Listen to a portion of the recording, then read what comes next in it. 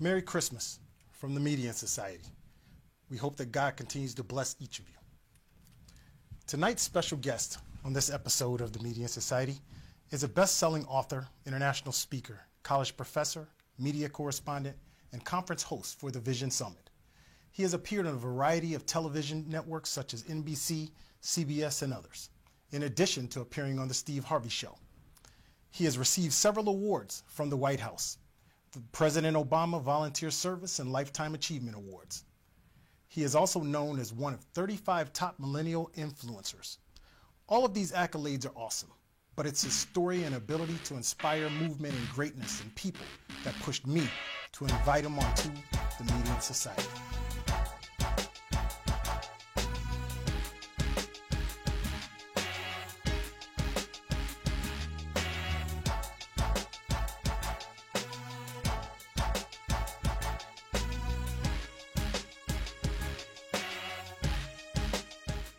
Tonight, we're going to dive in and learn about Dr. Eddie and his newest book, I Can't Breathe.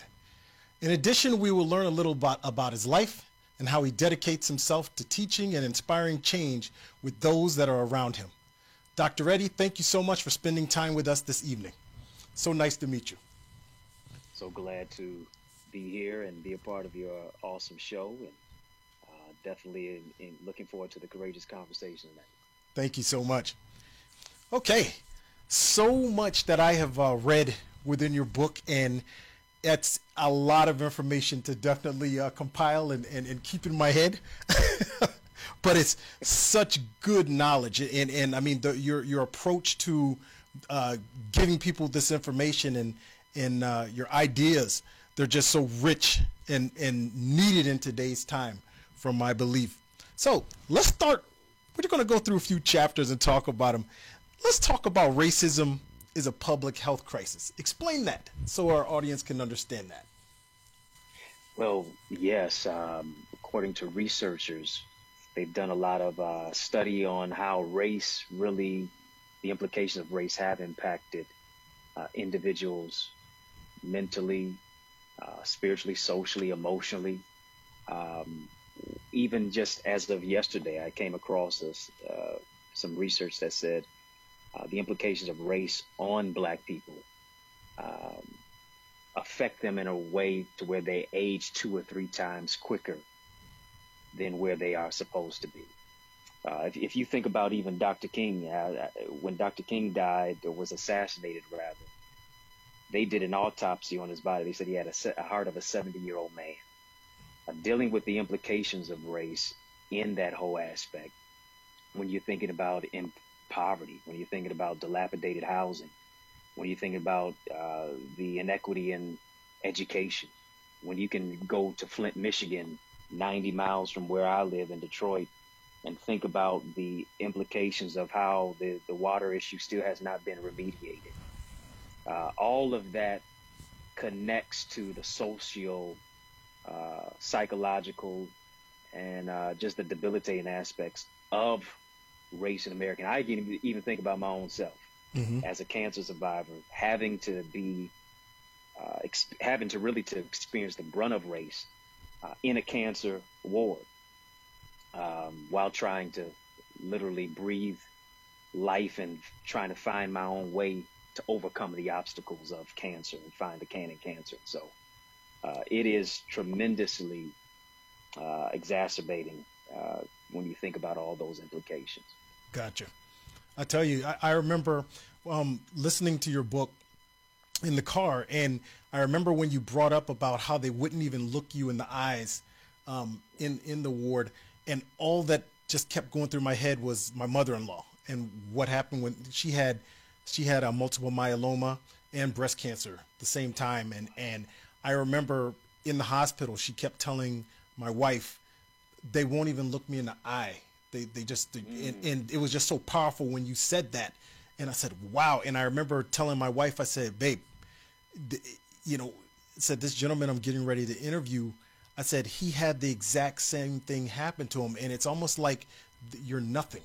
And I just found it being very powerful when you actually described that, and how they treated you. That was just horrible.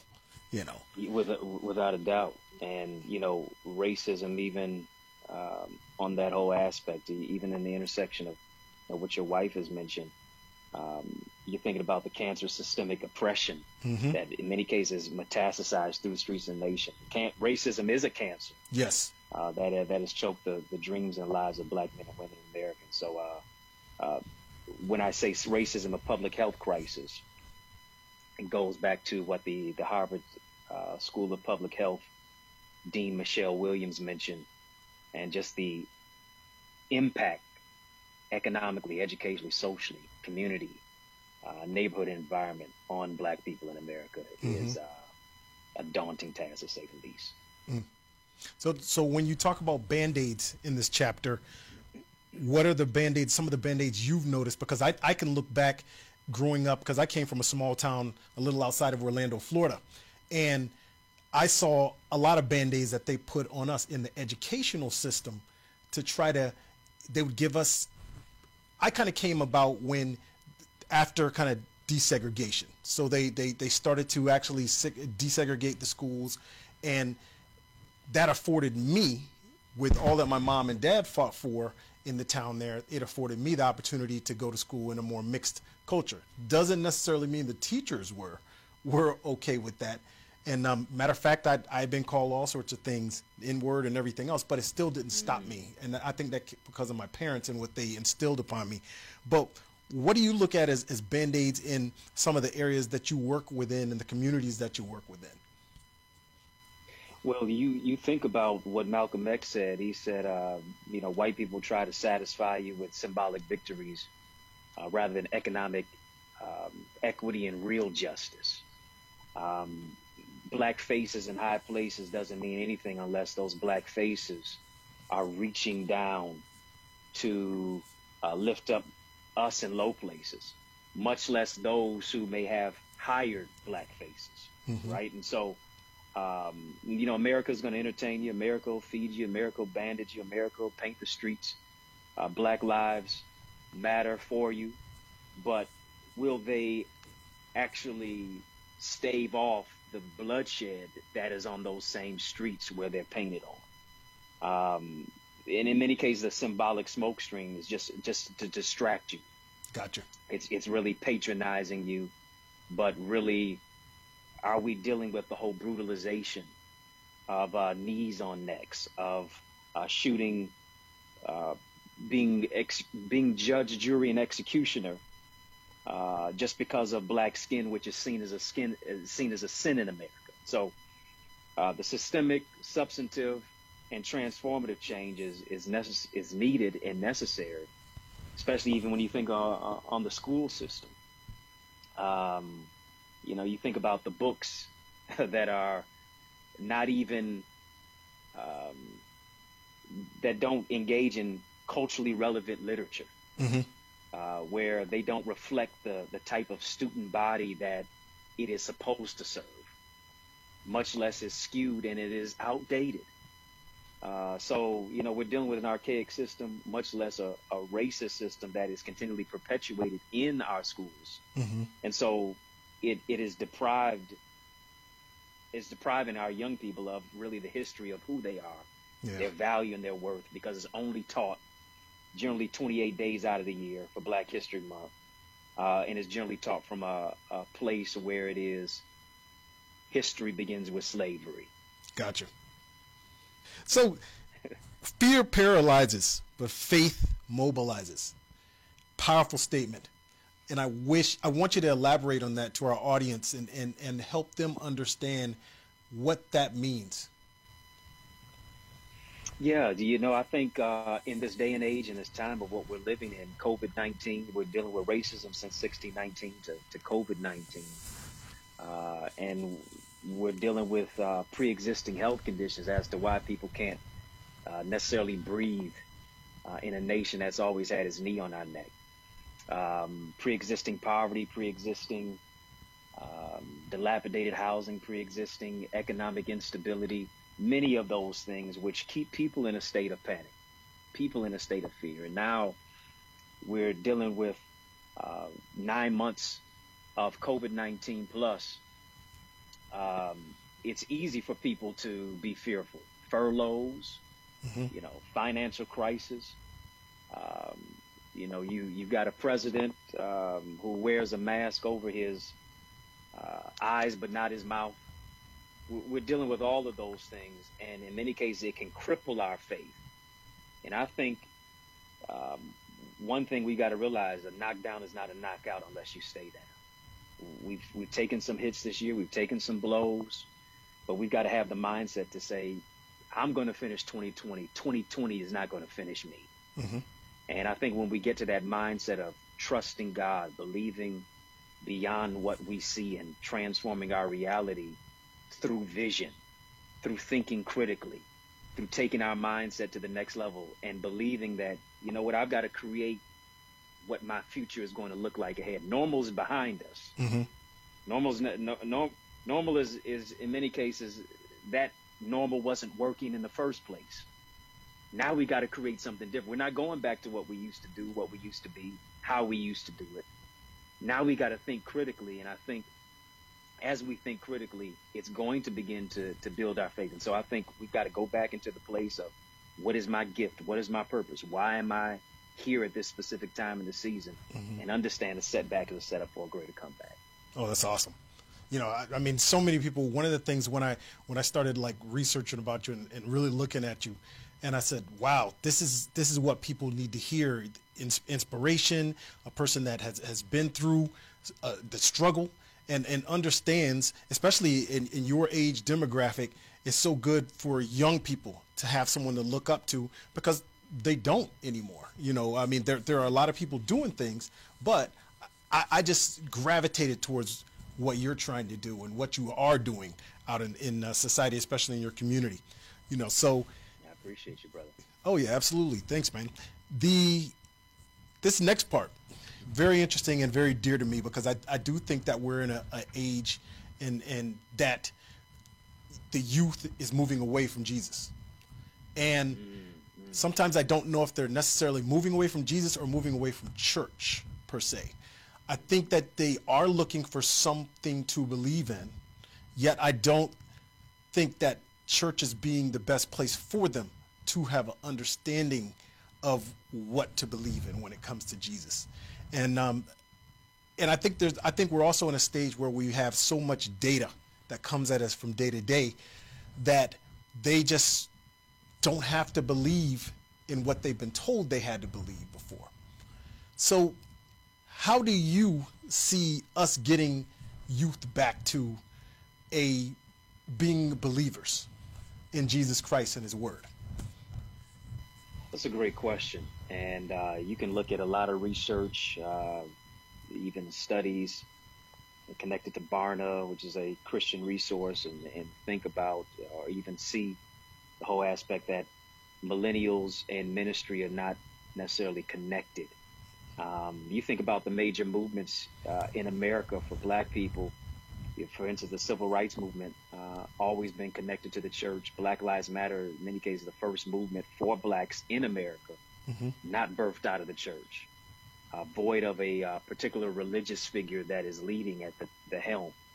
I think when you think about Jesus and justice, really have to be interconnected. They're not devoid. They're not separated. In many cases, they're inseparable. You think about the second book in the Bible is the book of Exodus, which is about freedom and liberation. And I don't think that millennials don't believe in God. In many cases, you can argue that this generation is more spiritual than ever before. But a lot of them feel as if the church is more of a monument than a movement. I don't believe that millennials don't believe in the teachings of the church. Maybe it's the fact that many of them don't believe that the church believes what it teaches. And so millennials don't necessarily want a social club type of gospel. They don't want a gospel that feels like a country club that is a clique or a crew. If I want that, I can go to the club to get that pre-COVID. I can hang out with the friends to do all of that. But it's more so seeing the gospel in action. the gospel through service, the gospel through mentorship, the gospel through making Matthew 25 come alive. When I was hungry, did you feed me? When I was naked, did you clothe me? When I was thirsty, did you give me drink? When I was in prison, did you visit me? If you did to the least, you did it unto me. And so focused on the homeless, financial literacy. How does ministry and social equity connect? How does ministry and my relationships connect? Does God care about my relationships? If so, how do I see that come to fruition to where it's not just about law, but it's about love? And based upon the love that I experience, now I can keep the law. Based upon the relationship, I can keep the rules. And so caring about the least, the last, the lost, the left out, the overlooked, the underserved, and the underrepresented really sees Scripture in action. And I think the greatest sermon that any of us will ever preach is not with our lips, is with our lives. And so beyond just raising their hands and shouting hallelujah and high-fiving your neighbor, they want to see ministry in action. And I think that brings, when you bring the cross across, now they're able to connect in a more tangible way. And now with the church being virtual, totally and completely, absolutely. New York Times suggests that 33% of churches are going to have to close. We've got to think in a different way of how to stream the gospel, because just because they're online doesn't mean that they're watching. We've got to give them a reason why to, and making the gospel applicable to their lives. We don't have to change the message, but our methods do have to change. So what do you think that the actual age group is? It, do you think it's just the Ys, the Zs, or even further down, a little bit further down, that are starting to walk away? I think it's going to be the way that it is right now. Yeah. You think about, to use a scripture, for instance, Acts chapter 20, verse 20, in 2020, says, I left nothing that was profitable for you, but I taught you from house to house. And that's what we're confined to now. We're confined to a house beyond just a building. I don't know if people are going to come back in there. People are going to have reservations about it. And so I think this portal of our social media platform is going to be the space and the place. You know, we've gone from brick and mortar now to click and order. In many cases, the brick and mortar is out of order now. And so beyond just getting people into the seats, people have become so comfortable now. I can praise in pajamas while eating pancakes, right? And so they become comfortable in that type of lifestyle. It takes 21 days to form a habit. We're well past that with this quarantine and with this shut-in. Now this is, quote unquote, the new normal. So I've got to be able to connect with people in a way to where I can attend 10 services all in a matter of an hour. Yeah. Right? And Makes sense. I don't have to leave my home. I don't have to leave out of my garage at all and stay here. How do we make that applicable and beyond just, a hoop and a holler? Now it's about teaching. And in many cases, the gospel is now conversational. It goes back to how Jesus taught through parables. I really want people to pick this book up because the more and more that I've gotten indulged into it, I'm like, I'm going to show it on screen too. There it is. Oh, we're going to do that anyway too. But I do want to say, that it's a tough read from the perspective that it tells you the truth, and if you're not ready to hear the truth, it's gonna do something to you internally. Yeah. So let's talk about the Vision Summit and your work in it. I mean, it looks like you're doing a lot of things that help people restore themselves and understand how to take just the idea and a dream and make it into a reality. So tell us a little bit about it. I thought about the Vision Summit prior to COVID-19. I had planned it to where it was going to be in a building in Detroit, and it's going to be people flying in, and COVID just totally messed it all up, in a different way, in a good way, because the premise of Vision Summit is all about empowering people to transform their vision to action through education and entrepreneurship. And I think more than ever before now, people are in many cases forced from a furlough into now having to create multiple streams of income for themselves, and showing people really how to take that vision of what it is that they have, use that gift, but also be able to profit from their story, profit from their pain. So we had authors, we had ministers, we had speakers, we had artists, we had people from all types of demographics, but also occupations, who came virtually to just really be ingratiated in how do I pivot? How do I transition from where I am? We did that July 31st and August 1st of this year. And this is at the heightened stage of COVID-19, and people are wondering what is the next move. And we just gave some real pragmatic strategies. We had about 20 speakers throughout the course of that 2-day event, and just really shared what the future will look like, how automation is serious, and really, as Albert Einstein said, imagination is more important than education. Yes, you need the learning, but also the burning, but also the thinking bigger than what you are experiencing right now. And so we've gotten some testimonials back on how people have pivoted and not panicked and transformed, their 9-to-5 into a business. And I just tell them, a job is what you're paid for. Your calling and your purpose is what you're made for. And you got to work your dream like your job.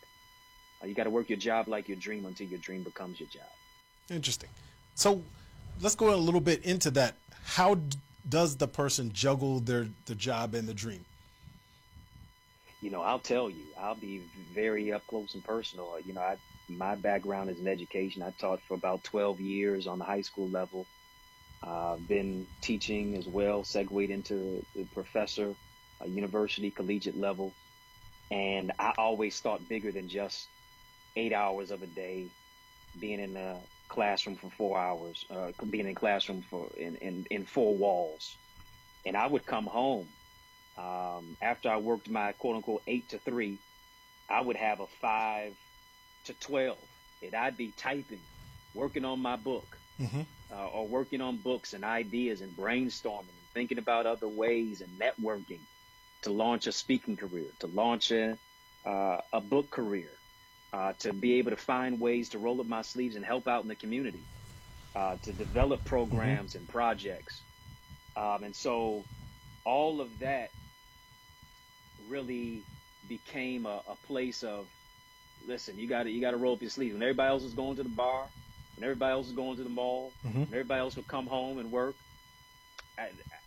I'm now just really getting my workday started, because I'm able to work on where my dream was going. And so not letting a job stop me from dreaming big, but understanding that everything that was at that job I needed so that I could implement that into my dream. If I could hold a classroom of 30 kids, their attention, surely I could hold a room full of adults. One of the other statements that really stuck to me when I was reading across the Vision Summit was the balancing stress and success.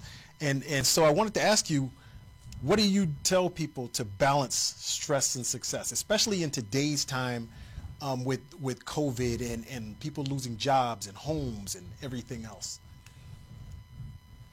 I really focus on mind, body, spirit. A lot of stuff that a lot of times we're dealing with is psychosomatic. What goes on the mind, what goes on in the mind affects the body. And so taking some time to mute the noise around you so you can hear the voice within you, whether that's meditation, whether that's prayer, whether that's you walking. Since we can't get to a gym, taking some time, even if it's in a cold climate, 10, 15 minutes, that you can just jump rope or walk outside or whatever the case may be. Just refresh yourself mentally, engaging in some reading that's going to empower you. And just really taking the time to power down so you can empower yourself. When you think about mental health in the Black community especially, it is a serious crisis, an epidemic.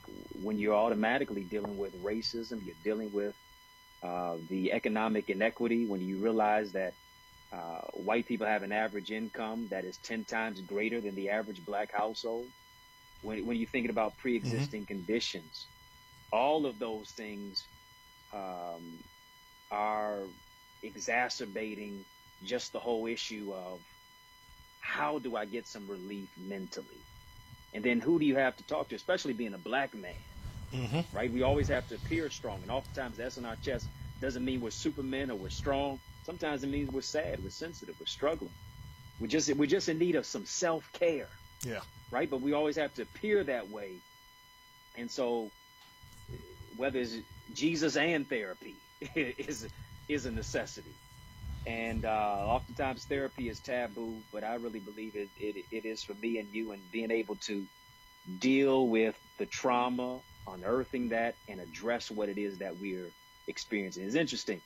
The last 9 months we've worn a mask externally, but so many times we're wearing a mask internally. You know, we're wearing a mask because of the past. We're wearing a mask because of abuse and misuse and mishandling, things that we've dealt with in our childhood that we have not healed from.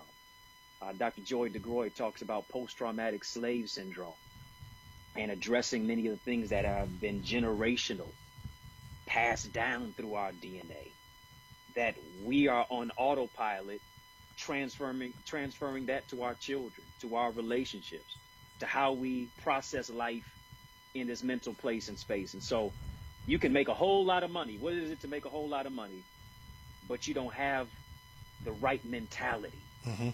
And so the real success is in being able to de-stress and finding a way to be proactive and really pivot your life in a different way. Gotcha. Well, so how does this, so with all of these different things that you do and like teaching people to reinvest in them, in themselves, so to speak, how are you helping the people in Detroit? Like, tell us some of the things you're doing in that city to help them. Without a doubt, I developed a program called Boys to Books, focused on literacy, leadership, and life skills enrichment. Statistics suggest more than 50% of Detroiters are functionally illiterate, which means they can't read above a fourth grade level. And so more than just rehabilitation, I wanted to focus on prevention. Me doing studies in school, I discovered on the collegiate level that literacy and incarceration are interconnected. If I could not only teach our brothers to read, but also show them how to transition from boyhood to manhood, I could really save lives. I could really create a haven of better relationships between them and their mother, or them and their father, their grandfather, or guardian, whatever the case may be. And it hits home to me personally because my father wasn't in my life growing up. My parents were divorced, and when my father was there physically, he was absent socially, emotionally, relationally. And so the question becomes, how do you play a role when you weren't given a script? How do you become a man if you don't see one, much less interact with one? And so it's an opportunity for me to speak to my 13, 14, 15-year-old self. And I've gone around to many high schools and even done some virtual conversations still to many of our young brothers, but also our men too. Because you think about mentorship, we're always thinking about an older brother talking to a younger brother, but you can't spell mentor without men. And not only do our boys need mentorship, but our men do as well. Absolutely. So being able to have conversations that bridge the gap between generations and understand life teaches you in two ways, mistakes and mentors. Let me learn from the mistakes of a mentor versus me bumping my head and making the same mistake. And that has brought about some remediation and helping our brothers navigate the place of education and identity. Interesting. Let's dig a little deeper into Detroit, and can you explain to our audience, why is it over 50% having illiteracy rate? The illiteracy rates are over 50% there. What is it exactly that caused that? Well, you can definitely look at the education system. You can go 30 minutes north and white brothers and sisters are getting a better education, have more money per pupil expenditure, are getting more resources. They got the latest gadgets that they're bringing into the classroom, up-to-date books. You don't have a ceiling dripping with water on your book as you're trying to read it. Wow. Many of those things, you're not walking to school with no lights in the community. You were well fed before you got to school, right? There's so many extenuating factors that go into keeping people oppressed, uneducated, because, you know, beyond the physical chains coming off, sometimes the mental shackles are still on. And the passport to freedom, as Malcolm X mentioned, is through education. If I deny that passport, if I put barriers in place to keep you illiterate, to make a school system feel as if you're going into a jail, you got metal detectors everywhere, you've got guards everywhere, checking your bag as if, you know, you're already guilty before having to prove your innocence. How can you learn in that environment? And so oftentimes, parents who may not have matriculated through high school, much less college, that same attitude of those teachers really don't care about you can be transmitted to their offspring, to their children, right? And to the next generation. And so, oftentimes what I've seen, when brothers get out of school, they stay out of schools. You know, one of the most revolutionary things is for black men to walk into a school, to come to parent-teacher conference, of course, all pre-COVID, right? And now virtual. To show up at a homecoming or whatever the case may be, not to just show up for athletics, but to show up for academics. To show up not just on the first day of school and high-five all the kids with you and 20 other brothers, but to just walk the halls sometime. I get it. And so what do we do? What can we do to try to better it, to equalize the playing field? Because I think we're in a situation now where a lot of us recognize that there is an ongoing unequal playing field for our kids to get a good education. And but what can we really do? You know, the government's not doing what they're supposed to do. And then if the tax dollars aren't and revenue isn't in a specific area, as they'll say, so what can we do? What do you think? Yeah, you know, you touched on it, that digital divide. You know, our kids, a lot of them have cell phones, but they don't have laptops. You're thinking about the resources that aren't necessarily trickled down. I think we've got to hone in on many of these issues, but also hold those who we elect accountable.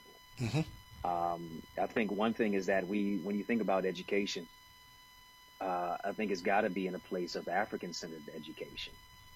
This is needed and necessary more than ever before for our people's progression to where we're teaching them. They're not indoctrinated, much less medicated, but understanding that just because we learn different doesn't mean we're deficient. Exactly. And being able to use hip-hop, being able to use music, being able to use music and math are actually interconnected. Generally, as our young people are great in music, they're generally great in math. They're great in the sciences. You know, something's wrong in America when black schools receive less funding than white schools. You can drive 30 minutes across town to get a better education because of your racial persuasion. And so I think we've got to advocate for more resources. We've got to make sure that we're, in many cases, putting black dollars behind black leaders if we want them to run for office. I think as well, when you think about the wealth inequality gap, much less poverty, as I mentioned before, black households have white households have 10 times more value, net worth, than a black household. I think we've really got to get to the place of understanding socioeconomic status, education, but also economic empowerment is very, very key and important. As Black people, we have a $1.3 trillion, we say buying power, but we don't say investing power. By 2021, it'll be 1.5 trillion. However, we only spend 1% of our resources with people who look like us. Yeah. But if we took that 1% and turned it into 10%, we could create 1 million new jobs. And so, as Dr. King was assassinated, talking about redistributing the wealth, moving not just from, yes, civil rights, but also silver rights, and the whole aspect of education and economic empowerment, those coalescing together, building Black businesses, supporting Black businesses. If you own a Black business, support a Black business. If you don't own a Black business, support a Black business. That, with educating ourselves, I think that is going to be the upward mobility for how we take the elevator to the next level. That topic, we're talking about. I got to bring you on another show because that's something that's exactly something that I totally believe in, and we're gonna save that one though. Let's talk about relationship academy, because I know it's a big thing, especially in the Gen Y. Even I'll say like people like me, Gen Xers, but the Gen Ys and Gen Zs, they have a whole new methodology of how they date and how they go about dating. So tell us about the Relationship Academy and what you're doing there. You know, I've written through the years a number of books on relationships. I put out a trilogy a few years ago, Dear Queen, Woman, Wife. Even before that, when I wrote a book on Heal Your Heart, how to heal from broken relationships. And so I'll get on social media DMs or emails of people's relationship questions, not just from our sisters, but also from our brothers too, and how to navigate that space and place of where they are. And so it just dawned on me, especially we don't look like we're going in a building anytime soon. I decided to create this academy focused on relationships. And when I began to put it out, everybody said, finally. I'm so glad you did. A kind of what took me so long type of thing. And I really wanted to focus on the whole aspect of love, leadership, leveraging your purpose. It's not just a hitch type of thing and connecting somebody to somebody. But I'm really focusing on, you can't expect a purpose partner until you first partnered with your purpose. And as relationships go, so goes our family, so goes our home, so goes our community, so goes our nation, so goes our world. And really helping people to dissect what the whole aspect of real love is. And it's first got to begin interpersonally. You know, a lot of times love is so connected to the negative. For some people, love has just been such pain. It's been hardship. Whenever somebody used love, they always came to take but not to give. Love for some people is just a tattoo, but it doesn't have anything that is permeating in their heart and their mind and their spirit. And so before anybody's right for somebody else, they got to first get right for themselves. And so we're going through a whole aspect of loving yourself, knowing your worth, valuing you, and the right people at the end of the day are going to be connected to you. Now, this is not just so much about romance as it is about healthy relationships overall. So giving people a blueprint of how to build their business, how to turn their contacts into contracts, their ideas into income, and also to be able to network with people in a healthy, holistic way has been transformative. And so the doors are open virtually, digital doors rather, for people to register, for people to become a member, and they can do that at Dr. Eddie Academy. Dr. Eddie Academy. Okay. Yes. That's awesome. That really is awesome. I tell you, one of the things I really like about what you do is how you incorporate a lot of hip hop. So I'm gonna ask you a question to see really where you're at. Okay. But I dig the Lauryn Hill thing. You know, how you gonna win if he ain't right within? I dig that. I like the commercial, and I said, okay, he's in the right direction. Okay, old school or new school? Which one are you, hip hop wise? I'm old school. Okay. I'm old school. What about Nas? Oh, Nas for sure. Okay, for sure. okay. Stillmatic, all okay, of it. okay. You know, Biggie and Pop. Even his newest one is actually pretty good. King's Disease. Which one is it? Yeah. It's actually pretty good. Yeah, King's Disease is pretty good. Yeah, King's Disease is pretty good. You know, and a lot of people don't realize the difference between rap and hip hop. Thank you. Oh my Rap goodness. is commercial. You're good. You're a really good guy. So let me ask you this final thing. How can people really tap in and find out how to fulfill their own destinies? That's a great question. You know, I believe we are all gifted for greatness. The Apostle Paul said to stir up your gift. Proverbs said your gift will make room for you and bring you before great men. But the great painter Pablo Picasso said the meaning of life is to find your gift. The purpose of life is to give your gift away. The tragedy is to be gifted but to never open the package. The richest place on the planet is not LeBron James's crib, is not Bill Gates or Elon Musk or Jeff Bezos' house. It is the cemetery, because so many people have died with mellifluous, melodious, euphonious gifts, cures to diseases, books they've never written, businesses they've never opened. And I think what gets in the way is not a hater, is really ourselves. At the end of the day, you know, we can't point the blame at an absentee father or a mother that may not have provided the love that you wanted, or an uncle who you thought was going to heal you and help you but wound up hurting you and harming you. At the end of the day, we're born looking like our parents, but we die looking like our decisions.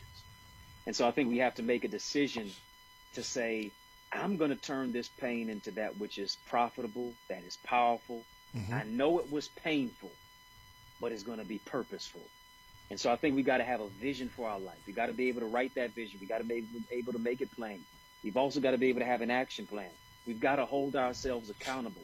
We've got to be disciplined. There's two pains in life. It's either the pain of discipline or the pain of being undisciplined. It's going to hurt either way. If I'm undisciplined, it's going to hurt. If I am disciplined, it's going to hurt. But do I want the pain of moving forward or the pain of staying backward? And so because of that, I got to make different decisions as I love myself, as I'm going to press through this and understand that I can not just go through, but grow through. And because of that, I now rid myself of toxic relationships. I recognize I'm a Jew and I can't allow other people to dump junk into my spirit, into my mind. And I connect to God in a relationship to where now that vertical relationship becomes the blueprint for how all my horizontal relationships connect. And so I think when we get to that place, now it elicits purpose. Now it takes our mind to the next level to where I can think bigger than my bank account. I can think bigger than my breakdown that I had. I can think bigger than my background because I'm now able to take my life to the next level and think bigger than beyond what I've been through. Okay. Thank you so much, Dr. Eddie. And I want you guys to go out and get out Amer, I Can't Breathe. Awesome book. He's a great speaker. Hopefully when all this COVID stuff goes, I'll treat you to lunch, man. I'll come up to Detroit, meet you, go treat you to lunch. You're going to be a permanent friend, a friend of the Media Society. Yes, sir. Yes, sir. Count me in. Awesome, man. Hopefully one day we can break bread soon. Oh, we will. We will. I know that it won't always be like this. And I know that God has something much greater for us. And he's taking us through this for a reason. But, hey, we're going to come out better for it at the end. Yes, sir. Thank you so much again. And I appreciate you coming to the Media Society. Have a good evening and Merry Christmas. Merry Christmas to you too. God bless you too.